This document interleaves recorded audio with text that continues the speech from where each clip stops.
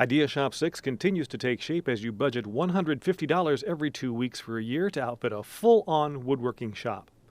With the ninth budgeted check, pick up a set of aluminum bar clamps and the materials to make a wall-hung rack for all of the clamps you've accumulated so far, plus those you'll buy in the future. As always, bank the leftover funds to build the nest egg for a big purchase, which comes with Paycheck 10, a new table saw.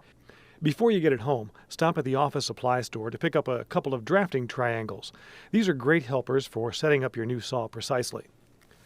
With check 11, add a couple of table saw accessories. A thin kerf blade that helps your saw run easier and wastes less material with each cut, and a push stick to keep your hands a safe distance from the blade as you push stock past it.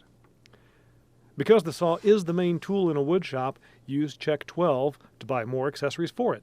These include a dado blade and the bits and materials to make zero clearance inserts to fit around the blade.